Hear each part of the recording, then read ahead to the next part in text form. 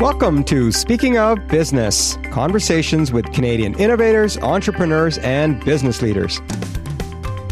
I'm Goldie Hyder, President and CEO of the Business Council of Canada. Today I'm speaking with Stephan Crétier, founder, chairman, and CEO of GardaWorld, the world's largest privately owned security company. Stephan knows all about risk and reward. In 1995, he sold his car and took out a second mortgage to start the company. Since then, he's faced bankruptcy 4 times, nearly losing his home in the process. But thanks to Stephan's incredible tenacity and entrepreneurial spirit, the company today is worth more than $10 billion.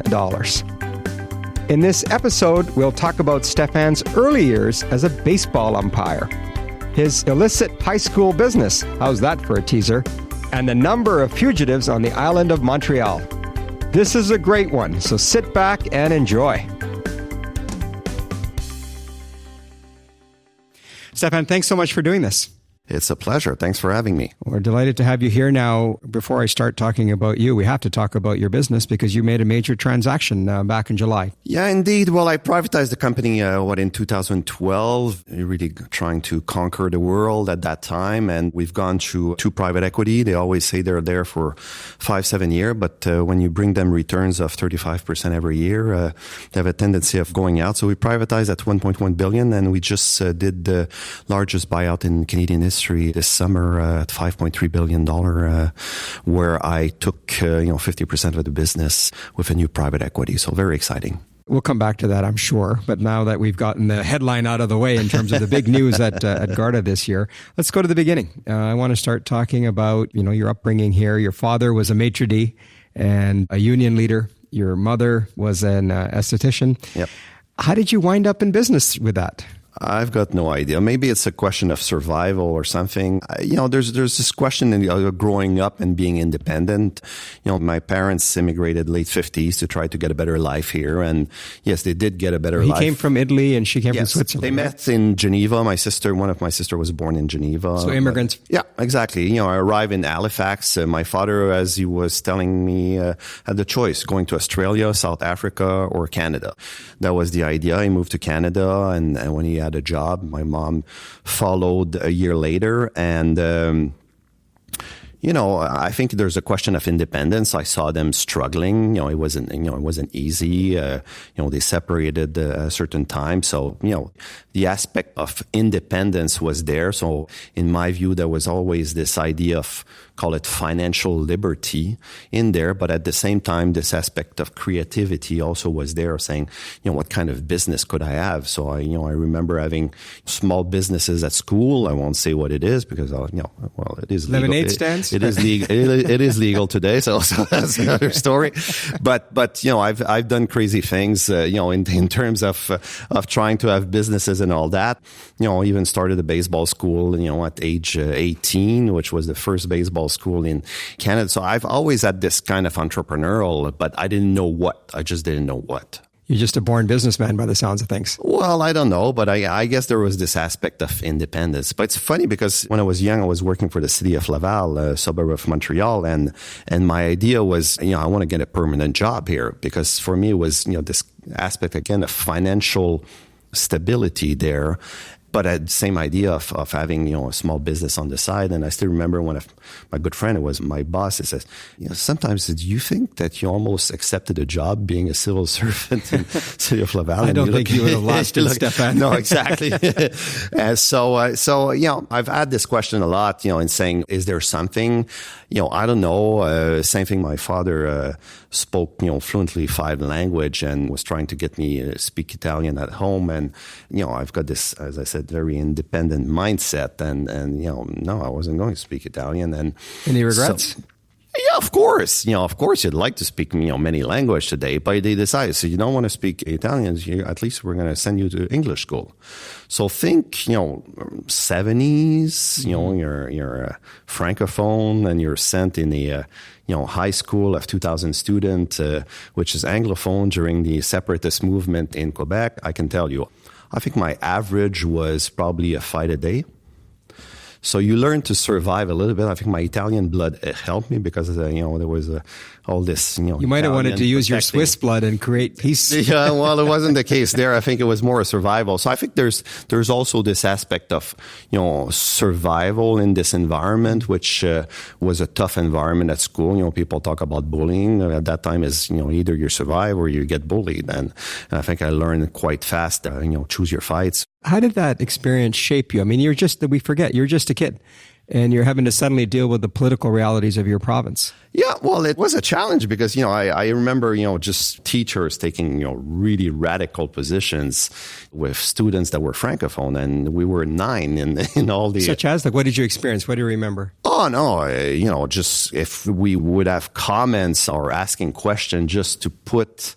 maybe a doubt of, what René Lévesque at that time was saying. Oh my God, you would get a 0 on your essay. So it, I think it shaped me a little bit, around what I would call, the Quebec nation and the aspect of protecting the French nature of businesses. And it's something that is well known in the company. We do communicate in French. Yes, we communicate in English, but all our communication, there's always a French communication in there, and we don't need a law to tell us that. And I think that's something that came from the school of being bullied by teachers at that time. It wasn't the student, it was the teachers that were just bullying you just because you were a Francophone. It just doesn't make sense.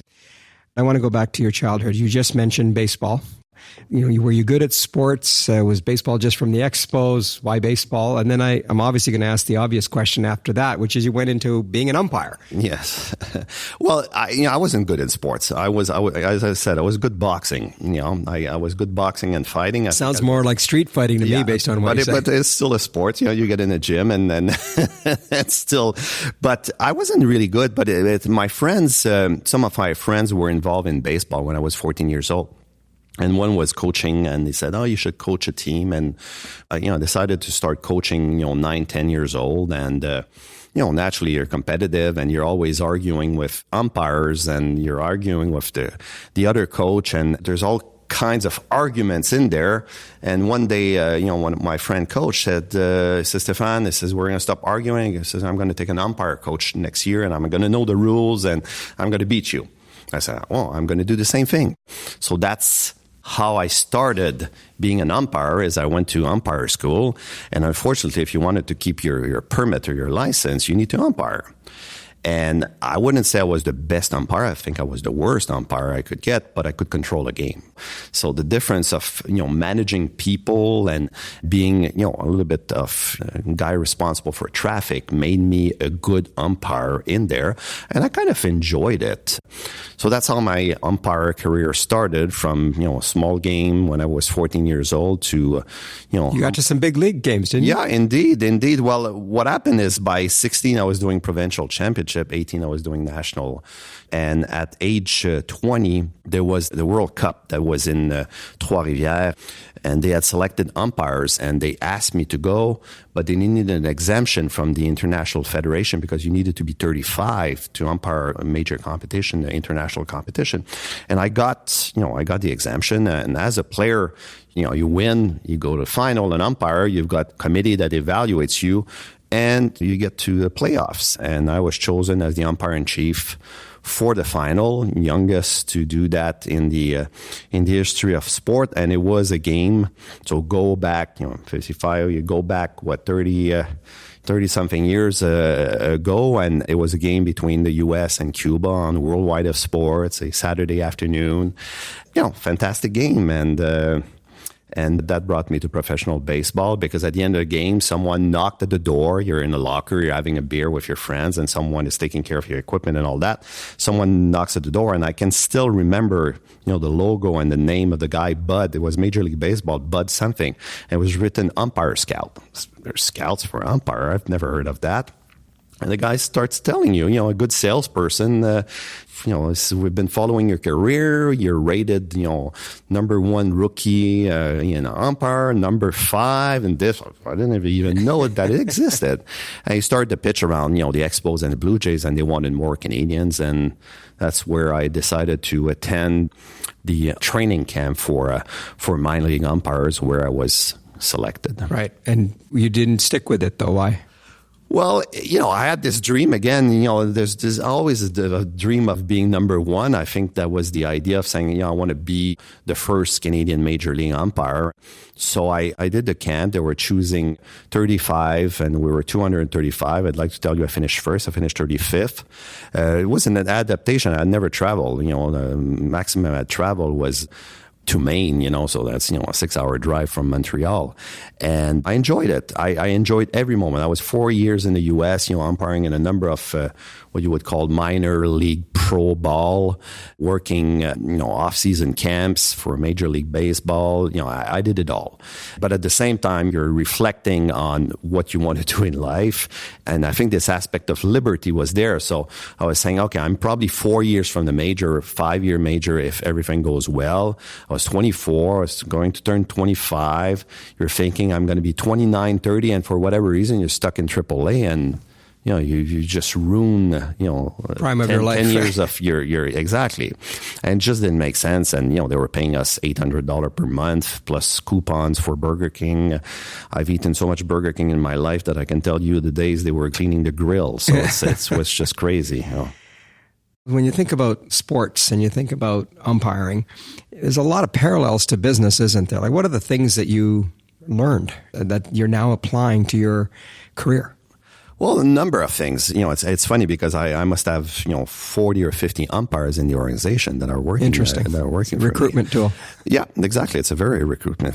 No, I think there's the aspect of communication. I think the aspect of communication, people don't realize that you may have 40, 50,000 spectators, or if you're doing a minor league, you're in a town where there's 10,000 spectators, and you're all alone with these people, and they're all coming from a different background. Minor league baseball is really tough. You've got 25 players on one side, all black. The other ones are 25 all Latinos.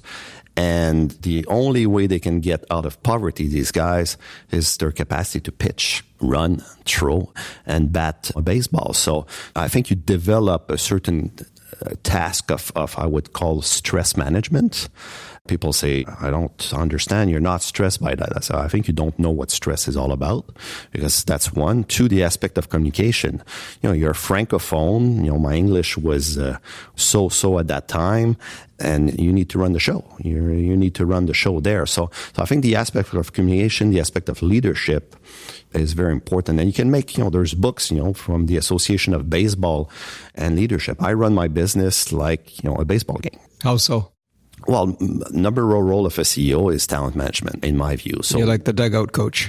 Yeah. So number one is every morning I get up and I wonder if I have the best lineup. And everyone knows in the organization it's exactly that. I've terminated, president of division that had made their budget for the last 5 years. But in my view, they had won the last 5 races, but they weren't going to win the next races.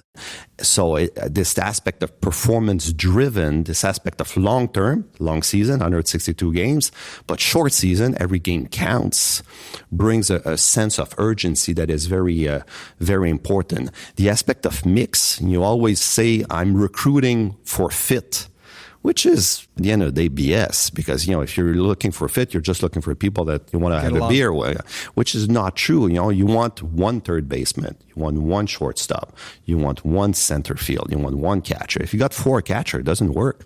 It's like having a CFO catcher and having other person in your organization, which are more salespeople, which is someone who's batting third, which is there for home runs and all. So it just helps me compartmentalize the company and the talent, and always thinking the right person at the right place.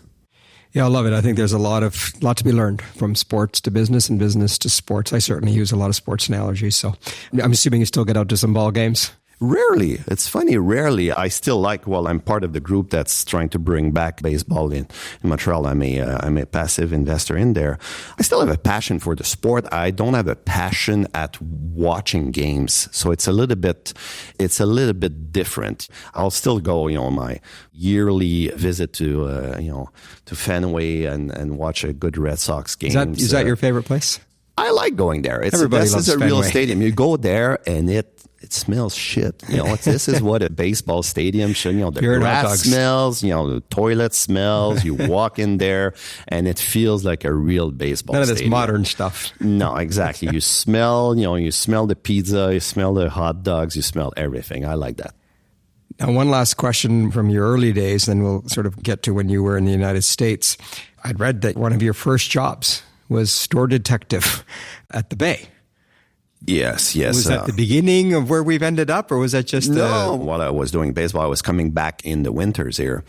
And I would work for the city of Laval in parks and all that. And, at the same time, I had a few hours. I'm a little bit of hyperactive at that time. And, I found a job as a store detective at the Bay, working maybe 15 hours a week. And I worked there maybe 4, 5, 6 months maximum. And between you and I, more running after the girls in cosmetics than really running after a shoplifter. But in reality, that's how I became a security expert. This is really how I became a security expert, because when I stopped baseball and I came back, I got my resume out. And I started getting interviews in the security industry. And, it was a bunch of mom and pop, and there was large retailers that were looking people in loss prevention. And, you're going to all these interviews. You say, interesting. It's an interesting topic. And I remember calling the recruiter, Andy. I says, why these interviews in the security industry?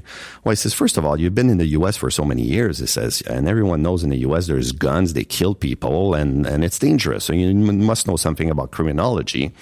And it says, too, look at your resume and you worked at the Bay as a store detective. And I guess that made me a security expert. And that's how I entered the security industry. You're from Quebec, you're Canadian, but you've really done a lot of your assessments of the nature of and the culture of American business in terms of, I believe your words were, they're more predatory than the usual culture in Canada.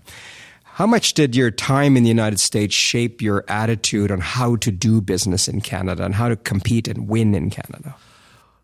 Well, it's been a game changer. That has shaped, I think I'm probably one of the most American CEO you can find, American Canadian CEO. In the way you think. Yes. And I would say when we're publicly traded, there was a number of journalists that were following us, and they would describe exactly that. It says, we love doing interviews where you're so American in the way you answer. You're so blunt. You're so direct. You're so not politically correct in how you answer.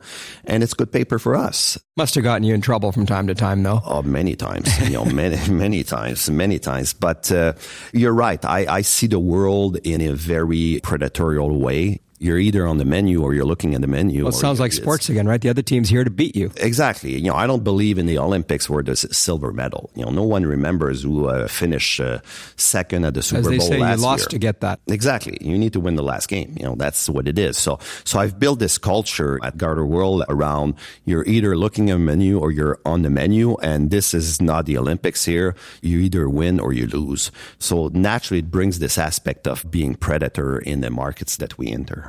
All right, so then you come back to Canada and you end up in a job as a director of operations with a security company. And in that job, you had a revelation. What was it? I've had many revelations, but I discovered an incredible industry, and these industry were all run like police force. All this industry was police people trying to be in business. And at the end of the day, I saw this business as being a simple B2B model, but specialized around security. And having studied a little bit what was happening in Europe, because Europe invented, in reality, the modern security market, I was seeing the potential, and I said, we can do something fantastic. And that's my 5 years in this organization. I was named CEO of the business after 6 months because I just transformed the model and just repackaged the process around the business and got it extremely well focused, where we were able to multiply the top line and bottom line by 5. So I really got excited by the potential of the industry. I think your line was security people were in business instead of business people in security. Yeah, I've repeated that. I still repeat that in front of investors. It's exactly today. You're a businessman. Yes. This happens to be in the area of security. Exactly. Of course, I have access. Sometimes people, the business council, I'm probably 70% of the people there, I'm their shit fixer. It's hate to say that, but I take care of their problem. But sometimes they see me as the real security guy. But in reality, I'm the business person that sees a lot of security. So maybe I have a knowledge of security that is a little bit more open than others. But before anything else, I'm a business person. So we brought the listener now to the place where you have this moment where you realize that, you can do a better job of this than where you're working. And you come home and you convince yourself, I think, to basically take out a second mortgage for $25,000 to start up GardaWorld. Is there ever a moment where you're thinking, should I do this? Shouldn't I do this? What the heck am I thinking? Yes, and yes. Many, yeah. Well, at the end of the day, what happened is, I never felt I was going to be the pure entrepreneur. So I'm not the guy who woke up and I said, I'm going to be the pure entrepreneur. But, after 5 years, I sat with the owner who was, former policeman. And, I said, George, I want to buy 10% of your business. And here's what I think we can do. Get some leverage on the balance sheet and we can go and conquer Canada. And he made a pause, and I still remember exactly where it happened in Montreal, the restaurant, and he started yelling after me, but like yelling after me, saying, that's never going to happen. This is a family-owned business. You're insulting me and all that. This business is going to go to my son, who unfortunately was an idiot working for me. And tell me how you really feel about things sometimes. But he said, and he paused at the end, and he started calming down, and I'm shocked, and he says, well, Stephan, don't worry. When you turn 65, I'll give you a good check so you can retire. And you say, okay, I'm 30 years old. I'm going to next 35 say, we're on microphone. I'm going to say what I thought in my head. But walking back, it was, that was the end for me. The question was saying, I like this industry. I think I made a difference in this industry. And I think I can make a major difference in the industry. And it's more the aspect of creativity than the aspect of financial that we're pushing there. And the part that I don't say is I look for an investor, to start the business for me for 6 months. And people say security, janitors in uniform, who wants to invest in there? And no, everyone turned down the door. And so, discussion with my girlfriend, which is still my girlfriend 25 years. I said, what do you think if we stop going to Latinia and we go to Giorgio instead, or Olive Garden, if for those who prefer Olive Garden, and we go on Tuesday because there's 2 for 1. We sell the nice sports car and I buy an old Honda Civic and, I start from scratch. You did all of that? Yeah, did exactly that. And, almost went bankrupt 4 times. It was terrible. It's a working capital business. The more you grow, the more you're almost bankrupt. You need to pay. But you persisted. Yes. Oh no, that's something, maybe the thing I do the most is being extremely persistent. When you're an umpire, you learn to be very persistent in there and understanding the dynamic. But I think not succeeding was not an option. Was it difficult? Yes, it was difficult. But you go through tough time. I would be the patrolman answering, at 2 a.m, an alarm somewhere, and I would wake up, and Stephanie would wait by the phone in case I want to answer. After I do my tour, I did everything. I did everything. But it's a working capital business. Working capital meaning that you need to pay your employees after 2 weeks. The clients will pay you, 30, 35, or 40, or even 60 days. So the more you grow, the more you're closer to going bankruptcy. And even when businesses were going extremely well, and I was really growing, tripling sometimes. What year are we talking about here? When did I start? 95. So 1995. So we did 600,000 the first year, 1.8, 3.6, 6.8, 15, 40, up to over 4 billion today. But sorry, just say that again in slow-mo. You started with what number in year one? 600,000. 600,000, and today from it is? CAE. Yes. First client is still a client today. And you're now 1.8, 3.6, just over 4 billion. Just over 4 billion. True Canadian success story. Yeah, and just starting and taking an analogy from baseball. We're just in third inning here, so we can. Yeah, well, we'll come to that because I think your business, like others, is going to be going through a lot of disruption. But so I asked you the year because, of course, there was an event, September 11th, that really changed the viewpoint on security writ large. Because as you said, it was just seen as people who man the front door. What did you do in that situation to see what was coming and how business was going to change for you in the industry? Well, the perception of security has really changed. But at the same time, did it really change the dynamic of the business? No. I wouldn't say that. Did it professionalize it more? I'd like to say yes. The answer is no. Unfortunately not. For some companies, you're seeing it more, I would say, in the last few years, where there's the aspect of professionalism is more important. But if I look at the U.S. market, I exited the U.S. market. I had a guarding business in the U.S. and I exited it because it was just a commodity business. You were competing against Burger King to recruit staff. People were not ready to pay. You look what they did with the TSA in the U.S. They took the employees that were doing anywhere between $6 and $7 an hour. They brought them in-house. They gave them an increase of $15 an hour. And today, they've got these guys that are paying them, $23 to $27 an hour, unionized and everything. And we say, well, the service is terrible. But that's because it's the same guys that were doing $6, $7 an hour. They haven't changed the dynamic of the industry. So some companies, because of, I would say, a question of proper governance, I've made a difference.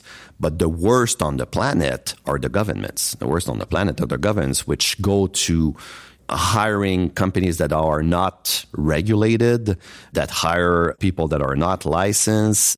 They'll do all the tricks just to be able to make their budget. So yes, the aspect of security where it has changed is how the Middle East market opened. How the Middle East market opened, how it opened up in terms of opportunity for an entrepreneur like me was looking at the world and saying, where can I make a difference? That had an impact for us. But the aspect of professionalism, unfortunately, not really. Despite the fact that, I think we were lucky at that time that, I started the business with the idea of having, this aspect of quality in there. Always value. The value proposition was always saying, I'm able to manage this business as a businessman better and give you a better quality. But more importantly, consistency, working with the idea of really consistency instead of saying you're going to get quality people. So it was all about the process and the training. Now, as I mentioned, GardaWorld is, of course, a great Canadian success story. You could have set up the operations anywhere. You chose Montreal. You've invested in Montreal. You found the talent in Montreal. You've convinced capital to invest in Montreal. What does it take to grow Canadian champions? That's a good question. I think, the aspect of Montreal, again, being under radar, we're, I think, the third or fourth largest head office in Montreal, and people always think about certain companies, but we've been able to stay very private in there. But before answering your question, I would go to something a little bit different, is the aspect of having no policy of building global champion here in Canada. The number of people, and I still remember Rick Scott, who was governor of Florida, who did everything for me to move our head office to. I'm a proud Canadian. I go everywhere as a proud Canadian. I may be not sharing some of the values of governments that go there, but I've got my Canadian flag there. When I'm in Africa, Middle East, people, they'll hate the Americans, they'll hate the Brits, they hate the French, but they do love the Canadian, and we still have a very strong brand here. But the aspect of policy of building global Canadian champion, I could tell you I'm the largest provider of security to the U.S. government, to the British, to the Australian, to the French, to the EU. And actually you would say Canada. What about the Canadian? And I would say ABC. What's ABC? Anything but Canadian. And I think that's the most negative. And there's not one year that there's not a discussion around the board and all that and saying how you're doing business with the Canadian government. Why are you still here? And why don't you take some tax benefit somewhere? And I think this aspect of proud Canadian, I love Montreal. The roads are not paved, but the energy is great here in Montreal. The labor is fantastic. We've got a management team here that is great. We're embedded in the community here. We love it. But coming back to the question around how do you build it, it's being open to the world. I think my biggest mistake I made is when I started in Quebec, I went west instead of going south and around the world. Canada's a small country, but using Canada and using the brand of Canada to grow, I think that's the part we forget here sometimes. We've got a fantastic brand here, but we just don't use it. I had read that you had wanted Garda to be known as the Walmart of security. What does that mean? Well, I think that's more a journalist that decided to put me at that, and it became, I think an article. I think I can still see the article, the Walmart of security. But I think it was the idea of this one-stop shop in there, where there's an aspect of value in there. So today we've been able to do that in a number of markets, going from the people side to the equipment, to the alarm, to the response, and all that.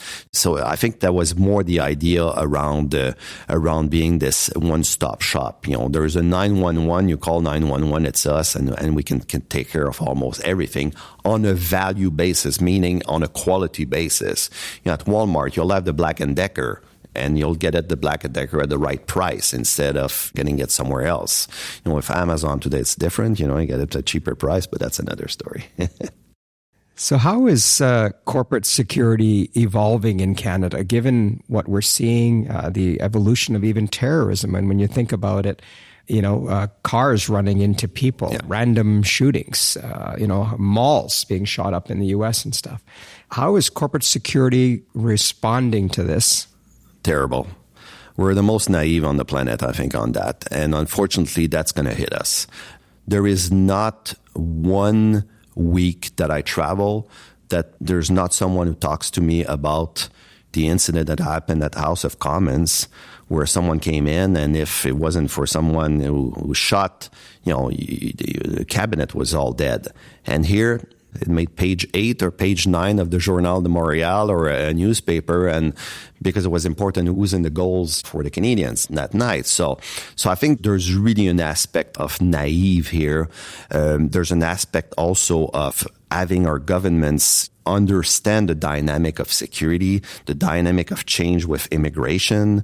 I think we're good at doing that, but when you think that the average shooting per day in Toronto is 1.2 per day. That's scary. This is over 350 a year. You're starting to look like Chicago here. And you can say it's gangs, it's this, it's that, but this is just the start. And you move in there with the aspect of terrorism, and you open your borders, you're close to the U.S., immigration a little bit more open. I think there's an aspect of thoughts here that unfortunately the behavior is not there. That's for sure. Now, your business, like every other business I seem to read about, must be experiencing disruption. And disruption can also be a positive influence. Yes. I'm assuming that things like artificial intelligence, robotics, the use of data, how are those things impacting your business, and how will they impact the future of how security is being provided? Like, do we still need human beings doing this? Well, I think the answer is yes. It's funny because when cameras started, all the systems of camera, I remember sitting with investors at that time, I was growing. I've always been looking for money, that's for sure. So I've always been in front of investors, and people were saying, your business won't exist, because for 3 guards, we'll put a camera and a guard. And the problem is the more you put a camera, the more you see things. The more you see things, the more you need people to get involved. That's been the reaction. You look at the growth of the security industry, the people side of the business, since cameras have been there, it's unbelievable. The growth is there.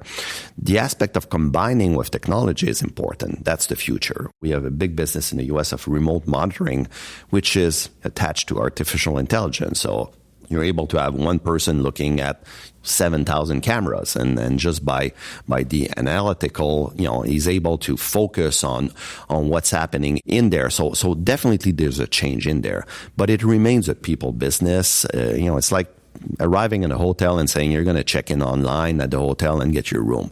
Yeah, you can do that, but you still want someone that's going to give you your key and give you your bottle of water and all that. There's an aspect of hospitality in there. And the world is, yes, statistically, the world is safer today than it's ever been. But in reality, the perception of security is higher than anywhere. And the aspect of security, when I say security, it's not just criminality. I'm just looking at our business of travel security. Our business of travel security 15 years ago was all around the kidnap and ransom. So you get people kidnapped. And today it's someone being stuck in an earthquake. Puerto Rico is a good example. The number of evacuation we did in Puerto Rico when there was a hurricane. This is the change also in we're talking around the world is you got people that are traveling. Maybe you're traveling on vacation, but even if you're traveling on vacation, the impact on your business is very important for the board. So they don't care today if you're traveling for pleasure or you're traveling for business. You are traveling and you're important to the business. So all the aspect of travel security becomes extremely important. So there's a number of changes that are happening in the world. I look at Africa where, the growth market is just unbelievable there. We've spent a lot of time talking about the corporate side of your business, but I also know that you're very involved with NGOs. And you look at what's going on around the world in terms of the movements that are taking place, in terms of the uprisings from the challenges in Hong Kong to the Arab Spring and so forth. Again, where does security fit into all of this, and what's happening behind the scenes there that we don't know about? Oh, I've seen, just to bring me back sometime to reality, I try to visit refugee camps around the world. And I still remember, visiting a refugee camp just at the Syrian border of Jordan, just all women and all children. And still remember traveling from Amman and it's 46 degrees outside and you arrive. The Jeep just parked in the middle of the camp and the door opens and the first thing I did is threw up because the smell of death that was there, it was just unbelievable. So unfortunately today we see the world sometimes through video games, through TV, through newspaper, and we don't see the reality of Syria, 5 million people being displaced. That's a change. These 2 years of these 5 million being displaced, there's game changers there, and that's going to transform humanity. And you can go to other countries from, I've gone through refugee camp in Rwanda and Burundi or at the Ugandan border, and what you see there is you can't describe. It's just, but you need to come back and saying, okay, what can I do? But at the end of the day, it's. But we're going to see more of these situations, likely, not less, particularly some of the uprisings that I've talked about. We're seeing a bit of that in Egypt.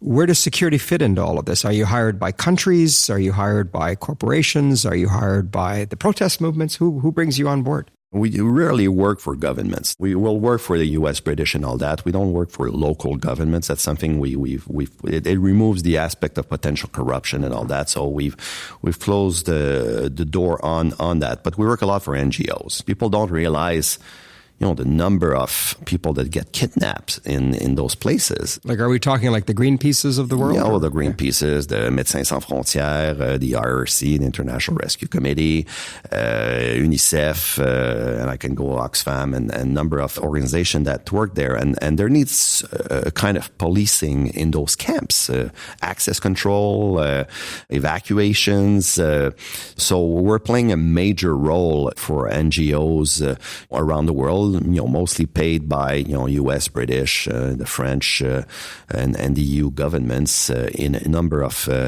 situations, in Africa and the Middle East. As we wind down, I wanted to ask you just a couple of more topics. One is your view of leadership. We've touched on it, how it was shaped from being an umpire and sports.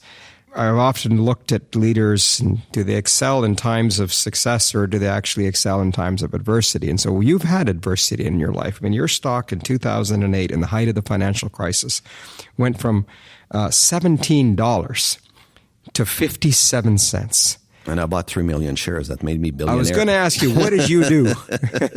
You bought 3 million shares. That's the answer. Buy low, sell high. No, but coming back to that, it's so funny. I had I forget the name, the people that bring you a document that they want to seize the house and all that. They were coming so often to the house that my girlfriend knew their name. It was a real joke because the banks were all over us at that time. Not because the operation wasn't going well. The operation was going well. It's just a perception of risk around debt at that time that was crazy. And stock price when, at a certain time, 27, 28. But this shaped you as a leader that moment? Yeah, I think yes. I mean, definitely. And I've had 3 other, times like near-death that, experiences. the role of a leader is true alignment. That's what you're looking for, people. You're looking for true alignment, and I think that's something I do extremely well. But at that time, I brought everyone. I said, stop focusing on what's impossible. Focus on what's possible. We're going to emerge out of this crisis, and we're going to be the best company on the planet. So we're going to focus on making sure we got the best margin, we're the best performing, we're going to start putting KPIs in there, and just bring this business to what it is today. We're seen as the best operator on the planet in the fields that we're active. And I think we came out, and we are GardaWorld today, not despite of this, but helped by what we went through. Now, speaking of help, and I want to end on this topic, and that is the importance of philanthropy in your life and in the life of your partner as well. You've got a foundation in your name. You've gone out of your way to support veterans. Just talk to us about your interest in philanthropy, where that comes from, and at the same time, maybe tell us about the BOLO program. Yes, well, you did your research there. So I think that's something fantastic from the U.S. is exactly that. People start giving money young. And here I'm always surprised when I'm having dinner with people my age and they're successful. And I say, are you giving, what are you supporting? And people say, I haven't started. I'll start when I'm 65. I said, well, I don't understand. You're worth $300-400 million, and why are you not giving back today? And this is something that I've always been extremely discreet on that. We're given for a long time in Middle East a lot, supporting orphanage, supporting, still remember, supporting an exhibit of art from an Afghan girl in Qatar, the Qatar Museum at the Doha Museum. I couldn't go. Stephanie went, my girlfriend, and there was the Taliban there. It was, so we've always done that in there. Veterans in Canada, I think, is another part we just forgotten here. I won't get in the commissioner, this NGO that is sponsored by the government, who does $600 million of revenue protecting, the government with no veterans. I won't go necessarily in there, but the aspect of how we've treated veterans here and how we treat veterans everywhere in the world, is an issue, and how we're able to help in having certain programs for the family, not just for the veteran. We're trying to play a big role in there, but that's more a corporate, all the company, because we've got so many veterans in there. Program BOLO is a funny part. You take the island of Montreal. Let the listener know what it stands for. Be on the lookout. Be on the lookout, BOLO. So the program BOLO is a funny part. And it comes from a little bit of what I would call the fugitive movement, or the aspect of understanding that, for example, on the island of Montreal today, which is a population of 1.8 million or something like that, there is today 10,000 people that are wanted just on the island of Montreal. That's just the island of Montreal. So you talk about terrorism in Canada, and that's the part we're naive. There is only two policemen working on a fugitive squad out of Toronto, and no one in Canada works on that. Absolutely no one. The people in the U.S., they send warrants here for, the marshals in the U.S., and no one is working in. So you get arrested if you go on a red light and they check and you're in the system and they arrest you. There is not this philosophy here. And I'm in the view that the role of public safety, as Canada is changing, is the role of every single citizen. It's not the role of the police as saying there's something happening at the neighbor, there's something happening. There's an aspect of being exactly that, being on the lookout for what could be the risk for you, what could be the risk for a country. So, of course, we're focusing on what I would call major criminals. And what we've done is we've worked with a lab in Montreal to develop I would call it a kind of technology that is able to amplify events. When you're looking for someone, when they decide to put a focus on someone, we've developed a system that puts a lot of pressure on the person using social media. And we've been very successful. We've done, on the first year, 7 cases. We've caught one person that was wanted for 15 years. The objective is not necessarily to catch more people, but it's to get people to realize on the long term that the world might be safe. But if everyone was doing their job of being on the lookout, the world would be a safer place. This has been fascinating speaking with you. Thank you for taking us through the journey. I do have some baseball questions to end with because I think people want to know. This should probably be an easy one, but American League or National League? I'm a National League guy, yeah. Yeah, the surprise expo side, right? Yeah, I'm a National. American League is more spectacular. I would say the National League is more strategic. Interesting. Yeah. That's a subject for another podcast altogether. This will probably answer itself as well, but designated hitter versus no designated hitter. Well, it's exactly the aspect of designated versus no designated. I'm the person that the pitcher should bat. So that's why the aspect of National League is more important there. Are we going to see baseball in Montreal? I don't know. There's people working really hard there. There's a view to that. I'm also involved on the basketball. I have more. I think there's a clear path on basketball here coming to Montreal. I think there's something there. Baseball, there's a path of the team in two cities. Would the baseball player accept that? But clearly, the owner of the Tampa Bay team wants to do something in there. But I'll let Stephen Bronfman, who's running the show on this one, as the spokesperson. Well, Stephan, this has been a home run of our podcast. So thank you so much for doing this. And we appreciate you sharing your personal story, but also the story of GardaWorld, yet another great Canadian success story. Thank you, Gold. It's been a pleasure. Thanks again to Stephan Crétier for being my guest on this episode of Speaking of Business. Subscribe now for more conversations with Canada's top innovators, entrepreneurs, and business leaders. Search Speaking of Business wherever you find podcasts or visit speakingofbiz.ca, that's biz with a Z, to join our email list and follow us on social media. Until next time, I'm Goldie Hyder.